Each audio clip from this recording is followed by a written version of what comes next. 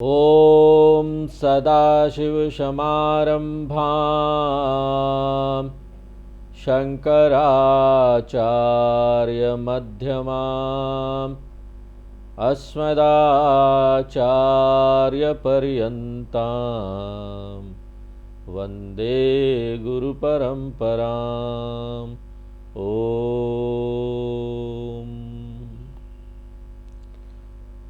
राम जी वनवास जाने से पहले अयोध्या वासियों से मिल रहे हैं और इतने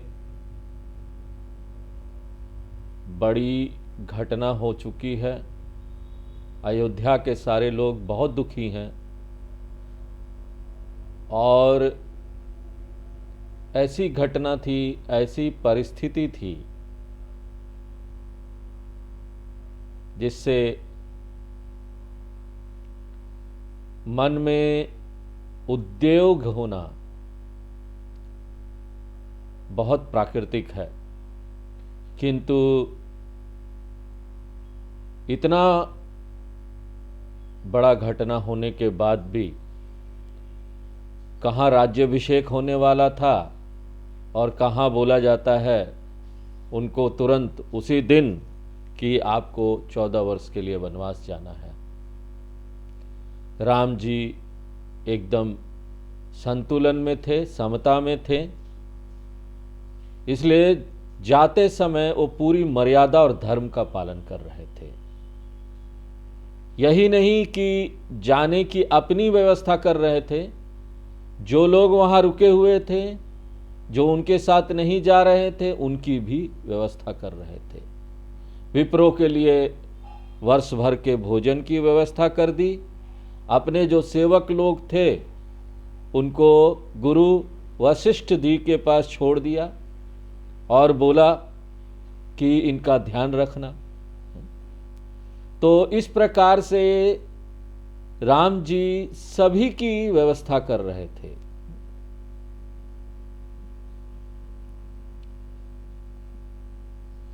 वो अपना कर्तव्य का ध्यान रखे हुए थे, इतनी बड़ी घटना होने के बाद भी।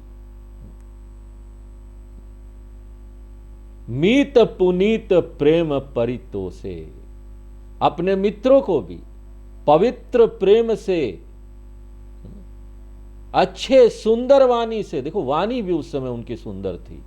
वैसे हमारे जीवन में दुख आता है तो हमारी स्थिति ऐसी नहीं रहती। दुख आता है तो हमारा भाषा तक कड़वा हो जाता है, बोली मीठा तो हम रख ही नहीं सकते। हमको दुख आया है तो दूसरे लोग जो अगल बगल के लोग हैं वो बहुत परेशान हो जाते हैं, क्योंकि हमारा व्यवहार भी कड़वा हो जाता है, हमारा मन भी कड़वा हो जाता है और दूसरों का ध्यान छोड़िए, हम अपना ध्यान भी नहीं रख पाते। लेकिन यहाँ भगवान की बुद्धि पूरी चल रही थी। हमको भी देखिए इसमें से ये सीख लेना चाहिए, ये आध्यात्मिक सीख। कथा के बीच बीच में ये सारा आध्यात्मिक सीख दिया हुआ है। आध्यात्मिक शिक्षा कैसे ले सकते हैं हम, क्या ले सकते हैं इसमें से? जितनी भी प्रतिकूल परिस्थिति हमारे जीवन में आए, हमारा मन न संतुलित रहना चाहिए। मनसा वाचा कर्मा, हम धर्म में स्थित रहें, इसीलिए ये सारी साधना है। शास्त्रों की जो साधना है इसीलिए कि मन की समता बन जाए।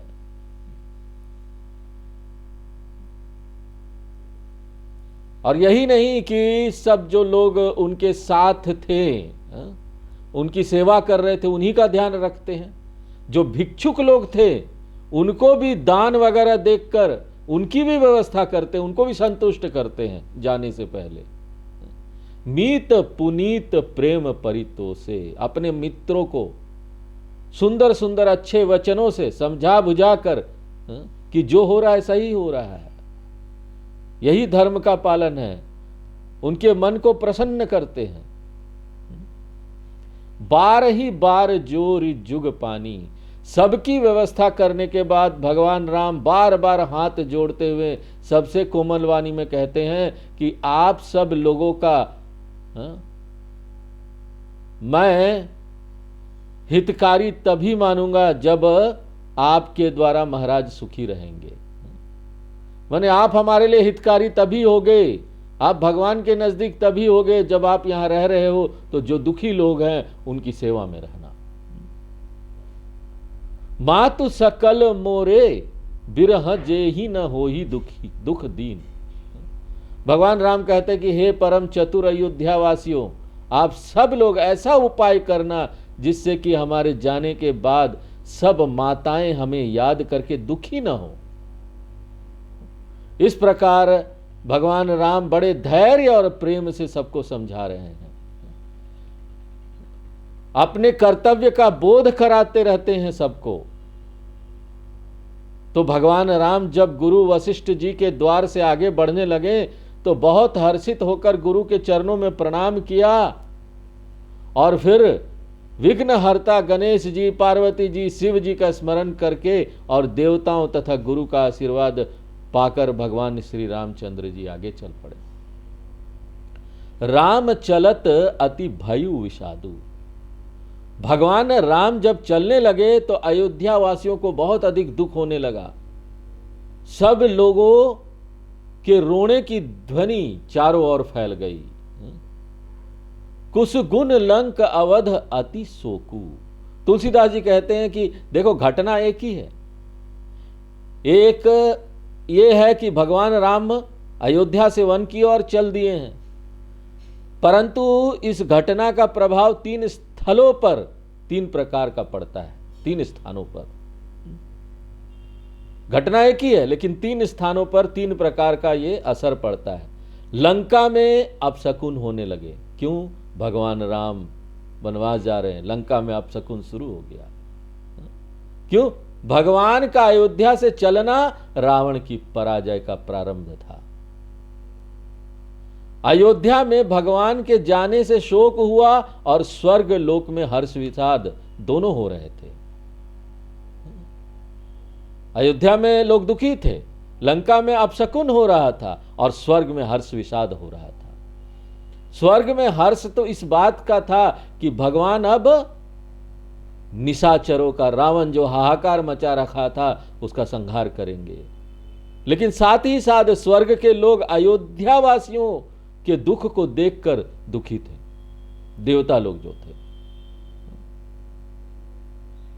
देखिए यहां पर हमको ध्यान देना चाहिए कि कथा का श्रवण यदि मन बुद्धि लगाकर हम करेंगे तो यह भी एक वेदांत की साधना बन जाती है। भगवान राम अयोध्या से चले, तुलसीदास जी यहां पर सभी की मनोदशा का वर्णन कर रहे हैं और किस किस स्थान पर क्या असर पड़ रहा है उसका वर्णन कर रहे हैं। यदि हम कथा के साथ एक होकर चलेंगे तो हमारी बुद्धि विस्तार होती जाएगी। इस तरह से हम एक छोटी छोटी चीजों, अपने व्यवहार में भी हम दक्ष होते जाएंगे। अपने जीवन में हम छोटी छोटी चीजों का ध्यान रखेंगे, अगल बगल पूरी वातावरण का ध्यान रखेंगे। यह हमको यहां सिखाया जा रहा है, तुलसीदास जी सिखा रहे हैं इस बात को।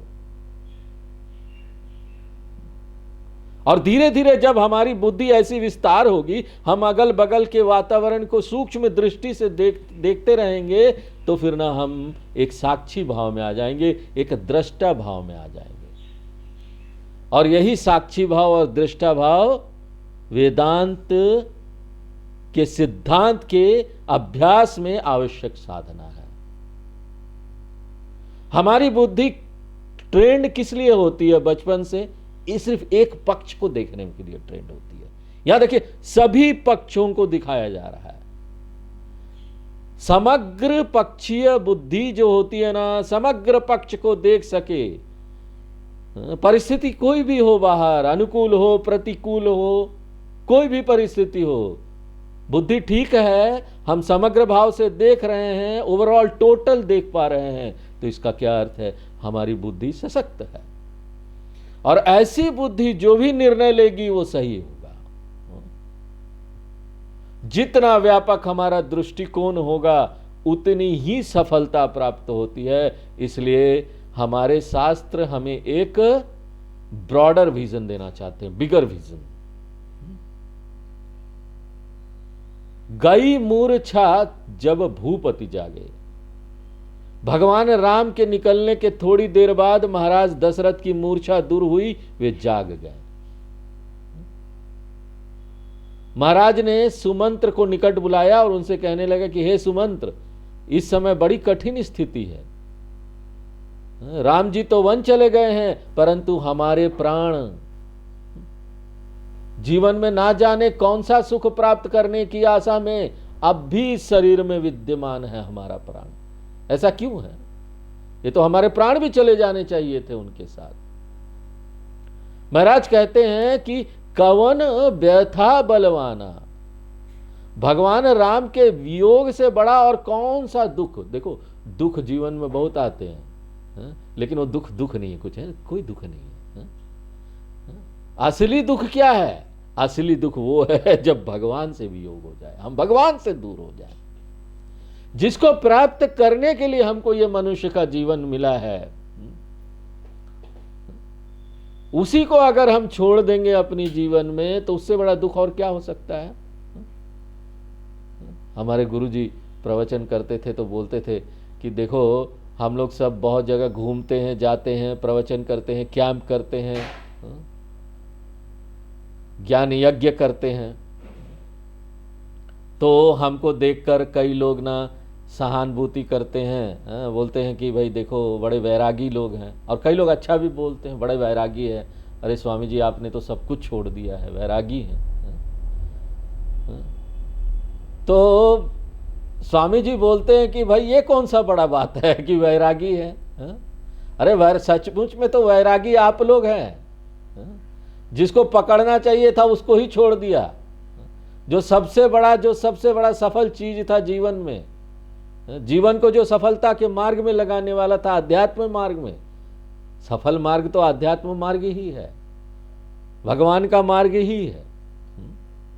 उसी को छोड़ दिया आपने, तो वैरागी हम हैं। हमको तो जिसको पकड़ना था हमने पकड़ा। मनुष्य जीवन किस लिए बनाया? इसी के लिए ना। तो हमने पकड़ा और आपने तो छोड़ दिया। तो सबसे बड़े वैरागी हम नहीं है। हमको जो पकड़ना था पकड़ा, आपने तो उसको छोड़ा, तो आप वैरागी। पुनि धरी धीर, अपने मन को थोड़ा धीरज धराकर महाराज दशरथ जी सुमंत्र से कहते कि हे सखा, तुम रथ को लेकर श्री राम जी के साथ जाओ। सुठी सुकुमार, भगवान राम, लक्ष्मण और सीता जी तीनों बहुत कोमल हैं, उनको कठोर रास्ते पर चलने में बड़ा कष्ट होगा, इसलिए उनको रथ में बैठा कर ले जाओ, वन दिखलाओ और 3-4 दिन बाद लौट आओ। माने उनका क्या कहना था कि शायद ये रथ जाएगी, इसमें ये लोग बैठ कर जाएंगे तो 3-4 दिन बाद वापस आ जाएंगे वन से।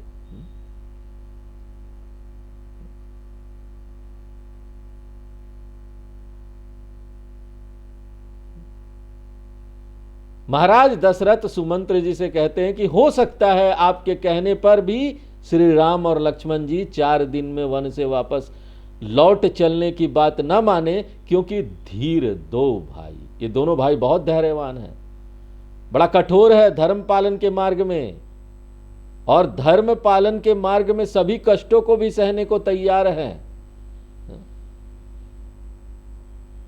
वे दोनों अपने वचन के सच्चे और दृढ़ निश्चयी हैं, इसलिए यदि वे आपके कहने पर भी न लौटे तो तुम विनय करे हूं, कर जोरी, हाथ जोड़कर विनती करना तुम कि हे प्रभु, आप जनक कुमारी सीता जी को तो वापस लौटा ही दीजिए। जब सिय कानन देखी डेराई, महाराज दशरथ बताते हैं कि अवसर पाकर अपनी बात कहना। जैसे सीता जी वन की भयंकरता देखकर जब डरने लगे तो भगवान राम से कहना कि इनको वन से कितना डर लगता है, ये 14 वर्ष वन में कैसे रह पाएगी। महाराज दशरथ और कौशल्या जी दोनों ने यह संदेश भेजा है कि हे पुत्री, वन में बहुत क्लेश है, उन सब को देखते हुए तुम वापस अयोध्या लौट आओ। मौका देखकर आपको किसी से कुछ चाहिए ना तो मौका देखकर बोलना चाहिए, क्या परिस्थिति है?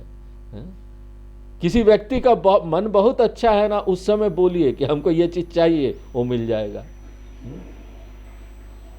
आपको अपना काम बनाना है तो मौके का प्रतीक्षा करना चाहिए। वही बात समझा रहे हैं दशरथ जी सुमंत्र को कि जब सीता जी डरने लगेगी तब ये बात बोलना, वो मौका होगा वापस लौटने का। पितृगृह कबहू, कभी पिता के घर, कभी अयोध्या में, जहां भी तुम्हारी इच्छा हो वहां रहते हुए इस प्रकार 14 वर्ष का समय व्यतीत हो जाएगा। कभी हमारे यहां रहना, दशरथ जी के यहां, कभी अपने पिताजी के यहां चले जाना। हे सुमंत्र, सीता जी को लौटाने के लिए इस प्रकार कदम्बा, बहुत उपाय करना, अलग अलग उपाय करना।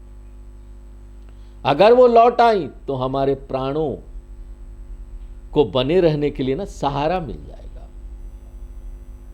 नाही ता मोर मरनु परिणामा, यदि सीता जी भी नहीं लौटती तो मेरा मरना निश्चित समझो।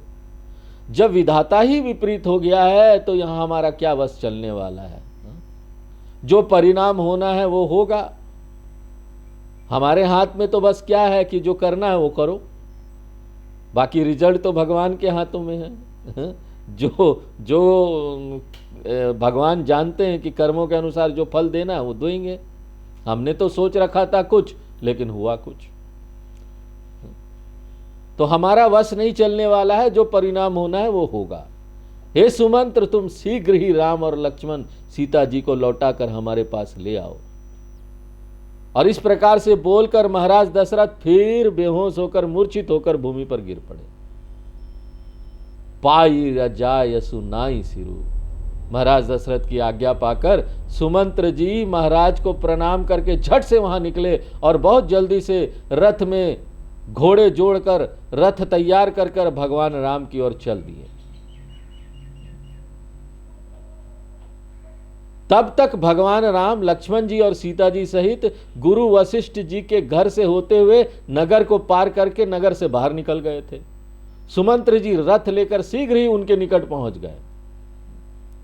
तुलसीदास जी इस प्रसंग में दिखाना चाहते हैं कि भगवान राम के वियोग में अयोध्यावासी दुखी हो रहे हैं। इस बात को केवल भौतिक रूप में ही न देखे, परंतु इन सब में आध्यात्म विद्या के प्रतीकों को पहचाने। आगे तुलसीदास जी आध्यात्मिक तात्पर्य स्वयं ही बता देते हैं कि जिन लोगों को भगवान श्री राम जी के चरणों में प्रेम है, उन्हें संसार के विषय भोग अपने वश में नहीं कर सकते। विनय पत्रिका में भी तुलसीदास जी कहते हैं कि काम भुजंग डसे हूं जे ही पाही, विषय निम्ब कटु लागत न ताही। डायग्नोस करके देख लीजिए, यदि विषय भोग सुखदाई लग रहे हैं, हमको अच्छा लग रहा है, तो साफ बात है कामना रूपी सर्प ने हमको डसा हुआ है। हमको झाड़ फूक करनी पड़ेगी, सत्संग रूपी झाड़ फूक, साधना रूपी झाड़ फूक, और विष को झड़वाना पड़ेगा। जब यह विष दूर होगा, निकलेगा, तभी जाकर ना विषय जो है ना कड़वे लगने लगेंगे। और जब ये विषय भोग हमको कड़वे लगने लगेंगे, तब हमको समझना चाहिए नाउ आई एम हेल्दी, मैं स्वस्थ हो गया हूं। जीवन का मुख्य रोग विषयों की कामना ही तो है। गीता में भी भगवान बोलते हैं, काम ऐशा क्रोध ऐशा रजोगुण समुद्भवः। जब तक यह रोग लगा हुआ है, एक जो जीव है वो जन्म मरण के दुख भोगता रहेगा। पुनरपि जननम पुनरपि मरणम।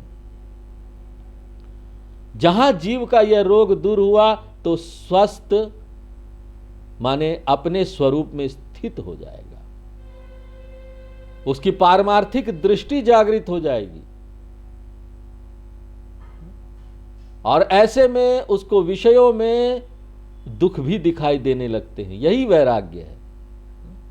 इसी प्रकार व्यक्ति को जब ये जगत, और ये जगत में पूरा ये जगत बाहर का नहीं आता, सिर्फ अपना शरीर भी जड़ दिखाई देने लगे, तो फिर वह अपने आप को इसका चेतन दृष्टा अनुभव करता है।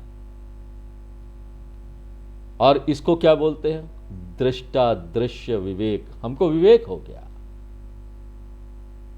विवेक के द्वारा ही उसे समझ में आता है कि जगत नाम रूप मात्र है, मिथ्या है।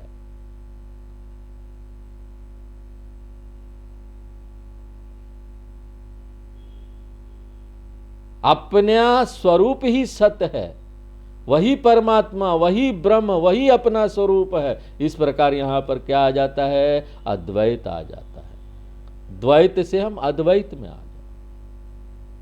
ये सब आध्यात्म विद्या के मूलभूत सिद्धांत है कि अज्ञानी व्यक्तियों को भ्रांति से जगत के विषय भोग सुखदाई लगते हैं। उनका अज्ञान दूर हो तो विषयों से वैराग्य आवे। सबसे बड़ा बीमारी तो अज्ञान है। ये दूर हो जाएगा तो सारी समस्या खत्म, बीमारी दूर। अज्ञान के कारण ही अपूर्णता का अनुभव होता है। हम छोटे से सीमित जीव हैं, इसका अनुभव होता है। और उसके बाद ना हम बाहर बहुत कुछ करके पूर्ण होना चाहते, बड़े होना चाहते हैं, अपनी सीमितता को तोड़ना चाहते हैं। हमको लगता है अभी हमारे अंदर बहुत कमी है, आगे चलकर यह कमी दूर हो जाएगी जब हम कुछ करेंगे तो। यही अज्ञान है। अपने बारे में गलत धारणा, यह अज्ञान है। जिस दिन यह धारणा समाप्त हो जाए, अपने बारे में हमारी समझ सही हो जाए, उस दिन यहां पर दुनिया को बदलने की जरूरत नहीं पड़ेगी। पूर्णता के लिए भीतर से हम पूर्ण हो जाएंगे।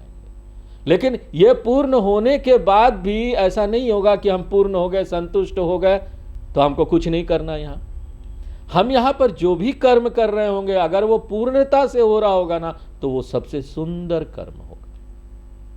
इसलिए देखिए, हमारे जितने भी स्वामी लोग, संत लोग, आचार्य लोग हैं, उनका काम कितना सुंदर होता है। हर काम को, छोटे छोटे काम को कितने सुंदर तरीके से करते। स्वामी चिन्मयानंद जी के लिए बोला जाता है कि वो अपना रुमाल भी रखते थे ना, तो उसका एक कोना भी टेढ़ा नहीं होने देते थे। इतना अवेयर होकर इतने सुंदर ढंग से हर एक कर्म को करते थे। और उससे उनको संतुष्टि नहीं चाहिए थी कि अगर रुमाल सही तरीके से मोड़ के रखा हुआ है तो हमको बड़ा संतुष्टि मिल गया, वाह हमको मजा आ गया। पूर्ण तो अंदर से पहले से है। पूर्णता से जो कर्म बाहर होते हैं ना, वो बहुत सुंदर होंगे, वो दक्षता के साथ होंगे। और यही पूर्णता ना बाहर प्रेम और करुणा के रूप में भी प्रकट होता है। एक व्यक्ति दूसरे को कभी पूर्ण प्रेम नहीं दे सकता, पूर्ण प्रेम नहीं दे सकता, जब तक खुद अंदर से पूर्ण नहीं है।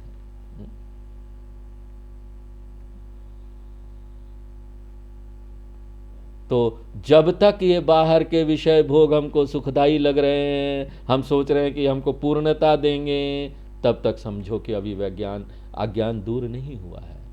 विषयों से वैराग्य तभी आएगा, फाइनल वैराग्य तभी आएगा जब अज्ञान दूर हो। कथा के इस प्रसंग में भी तुलसीदास जी कहते हैं कि लोगों को अपने घर बार अच्छे नहीं लग रहे हैं। पूरा अयोध्यावासी क्या है, वो दुखी, घर बार कुछ अच्छे नहीं लग रहे हैं उनको। क्यों? भगवान जा रहे हैं। राम वियोग बिकल सब ठाड़े।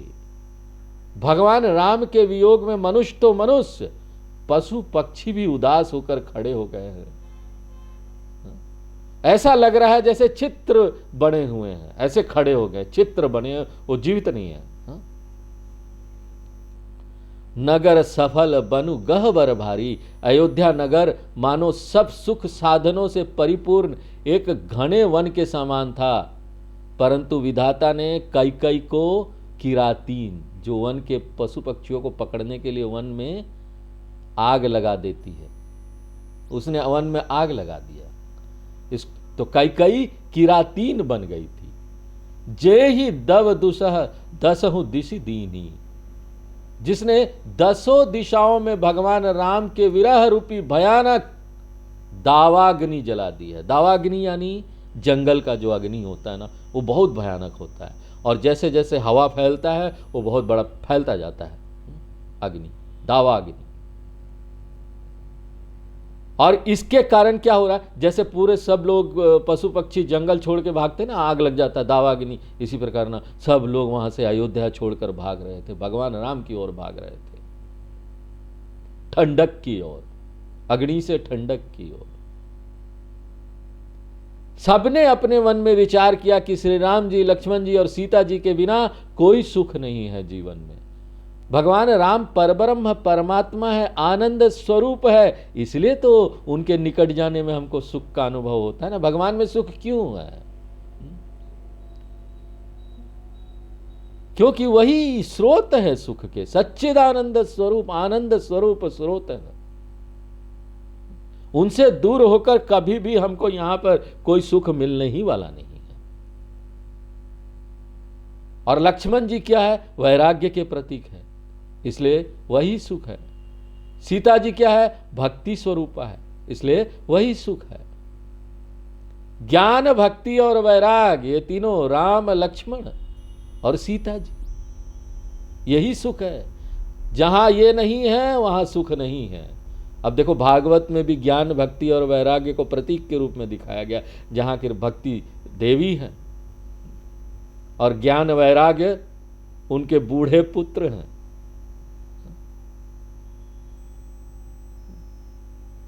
और भक्ति महारानी रो रही है कि उनके पुत्र देखो बूढ़े हैं, वो कहां जवान।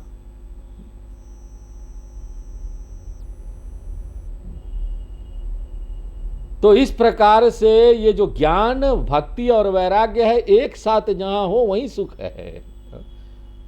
जहां श्री राम भगवान रहेंगे वहीं हम सब रहेंगे, वहीं ये सब भी रहेंगे। और वहीं अयोध्या के लोग भी जाना चाह रहे थे, उसी सुख के पीछे। भगवान राम के बिना अयोध्या में हमारा कोई काम नहीं, सारी चीजें बेकार है। जब भगवान का नाम ही नहीं, भगवान ही नहीं, वही छोड़ के चले गए जगह को, तो ये सब चीजों का क्या महत्व उनके बिना। चले साथ अस मंत्र दृढ़ाई, मन में ऐसा विचार को दृढ़ करके सब लोग भगवान राम के पीछे भागे जा रहे हैं। देवताओं को भी दुर्लभ सुख इन लोगों के घरों में उपलब्ध है, लेकिन उन सब सुखों को इन लोगों ने पीछे छोड़ दिया। तुलसीदास जी ये लिखकर बता रहे हैं कि अयोध्या में उस समय कितनी संपन्नता थी। हमारा संस्कृति, हमारा धर्म, हमारा देश कभी गरीब नहीं था, बहुत संपन्नता थी। और देखो, जो देवताओं को भी उपलब्ध नहीं थे, ऐसी संपन्नता उस समय अयोध्या वासियों को उपलब्ध थी। और उन सब को, ऐसे सुख को उन्होंने पीछे छोड़कर उन्होंने बोला कि भगवान के पास ही हम जाएंगे, क्योंकि ये सुख भी उनको भगवान के कारण ही मिला है। यहां पर तुलसीदास जी का सिद्धांत यह बना कि घर के सब सुख के साधन तभी सुख दे सकते हैं जब मन में भगवान की भक्ति और ज्ञान और वैराग्य हो। अगर मन में भक्ति, ज्ञान और वैराग्य नहीं होगा तो कोई भी सुख और जो भी साधन है ना, वो सुख नहीं देगा। ये सब साधन रहते हुए भी व्यक्ति दुखी रहेगा, भले ही वो बढ़िया गद्दा पर लेट जाएगा, लेकिन गद्दों पर चिंता, भय, कलेश रूपी कांटे उसे चुभते रहेंगे। राम चरण पंकज प्रिय जिनि हई, जिन व्यक्तियों को भगवान राम के चरण कमलों में प्रेम है, वे विषय भोगों को महत्व नहीं देते। बालक वृद्ध बिहाई गृह लगे लोग सब साथ। बालक और वृद्ध लोग, जिनमें ना थोड़ा चलने का या दौड़ने का भी थोड़े दूर तक सामर्थ्य नहीं था, अशक्त लोग जो थे, उनको छोड़कर बाकी सब अयोध्यावासी भगवान के रथ के पीछे दौड़ पड़े। अब यहां देखेंगे, संसार में भी ना अधिकांश लोग विषयों में लिप्त होते हैं। बड़ा कठिन है विषय की आसक्ति छोड़कर 1 घंटे के लिए सत्संग में बैठ जाना, सारा काम छोड़कर, सारा काम छोड़कर अपनी साधना करना, विशेष समय देना साधना को, ये बहुत जरूरी है। दिन में हमको विशेष समय साधना को देना चाहिए। लोग बोलते हैं जप करना, हम कभी भी जप कर लें क्या? चलते चलते, गाड़ी में जा रहे हैं या कहीं जा रहे हैं, घर में कोई काम कर रहे हैं तो जप चल रहा है, वो आप कर सकते हैं, लेकिन अपने विशेष समय, जो आप विशेष समय में जो जप कर रहे हैं उसको छोड़कर नहीं कर सकते, वो तो कंपलसरी है। उसके बाद आप पूरा दिन भगवान का नाम लेते रहिए, कोई बात नहीं।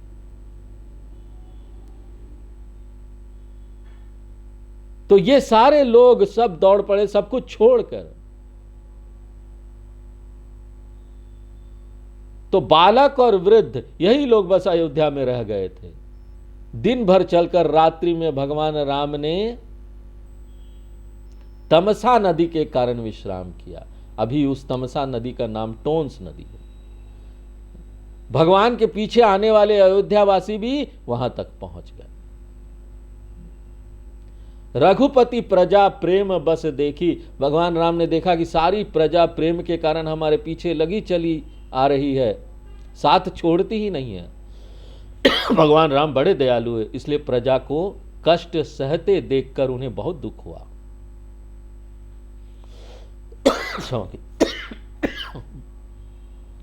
भगवान राम करुणामयी है, दूसरों की पीड़ा उन्हें बड़े जल्द लगती है। भगवान ने बड़े प्रेम पूर्वक मृदु वचन सुहाए, कोमल वाणी में अनेक प्रकार से उन लोगों को समझाया। भगवान ने उन्हें धर्म की शिक्षा भी दी कि हमारा धर्म पिता की आज्ञा मानना है, इसलिए हमें वन जाना है, परंतु आपका धर्म अयोध्या में रहकर अपने कर्तव्य का पालन करना है, आप लोग धैर्यवान बनो। इस प्रकार से भगवान ने बहुत समझाया। लेकिन अयोध्यावासी भगवान के प्रेम के वश में थे, वहां से हटते नहीं। वे लोग लौकिक धर्म से अधिक परम धर्म भगवान के साथ रहना को अधिक प्रिय मान रहे हैं। सीलु स्नेहु छाड़ी नहीं जाई, भगवान श्री राम जी सील और स्नेह छोड़ नहीं पाते, क्योंकि उनका स्वभाव ही इस प्रकार का है। इसलिए वे बड़े असमंजस में हो गए कि ये अयोध्या वासियों को वापस कैसे लौटाया जाए। ये तो समझाने पर भी नहीं मान रहे हैं, तो हमको क्या युक्ति करनी पड़ेगी। तो भगवान अयोध्या वासियों को वापस लौटाने के लिए क्या युक्ति करते हैं, वो हम लोग अगली क्लास में देखेंगे। आज यहीं पर विराम देते हैं। ओम पूर्णमदः पूर्णमिदं पूर्णात् पूर्णमुदच्यते पूर्णस्य पूर्णमादाय पूर्णमेवावशिष्यते। ओम शांति शांति शांति।